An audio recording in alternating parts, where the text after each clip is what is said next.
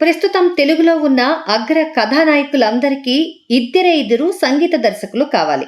అందులో ఒకరు దేవిశ్రీ ప్రసాద్ అయితే మరొకరు ఎస్ తమన్. దేవిశ్రీ ప్రసాద్ 2.5 దశాబ్దాలుగా టాలీవుడ్ ని దున్నేస్తుంటే తమన్ పుష్కర కాలంగా తెలుగులో అగ్ర కథానాయకుల చిత్రాలకు కేర్ ఆఫ్ అడ్రస్ గా మారాడు. ఇక లేటెస్ట్ గా ఎన్బికే 109 విషయంలో ఈ ఇద్దరు అగ్ర సంగీత దర్శకులు మరోసారి వార్తల్లోకి వచ్చారు. ఎన్బికే 109 నటసింహం నందమూరి బాలకృష్ణ 109వ చిత్రమిది. ఈ సినిమాకి బాబీ దర్శకత్వం వహిస్తున్నాడు.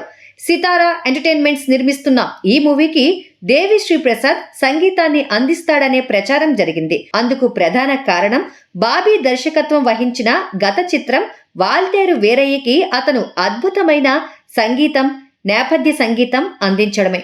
అయితే ఏమైందో ఏమో, ఇటీవల శివరాత్రి కానుకగా ఈ చిత్రానికి తమన్ సంగీత దర్శకుడుగా పనిచేయబోతున్నాడని ప్రకటించింది చిత్ర బృందం. అంతేకాదు తమన్ నేపథ్య సంగీతంలో గ్లింప్స్ కూడా రిలీజ్ అయింది. ఎన్బికే 109 ఫస్ట్ గ్లింప్స్ అయితే అదిరిపోయింది. ఎప్పట్లాగే తన బ్యాక్గ్రౌండ్ స్కోర్ తో మ్యాజిక్ చేశాడు తమన్. మొత్తానికి నటసింహం బాలకృష్ణకు వరుసగా అఖండ, వీరసింహారెడ్డి, భగవంత్ కేసరి వంటి బ్లాక్ బాస్టర్స్ అందించడంలో కీలక పాత్ర పోషించిన తమన్ ఏరి కోరి బాలయ్య ఎన్బికే 109 మ్యూజిక్ డైరెక్టర్ గా తీసుకున్నాడనే ప్రచారం జరుగుతోంది.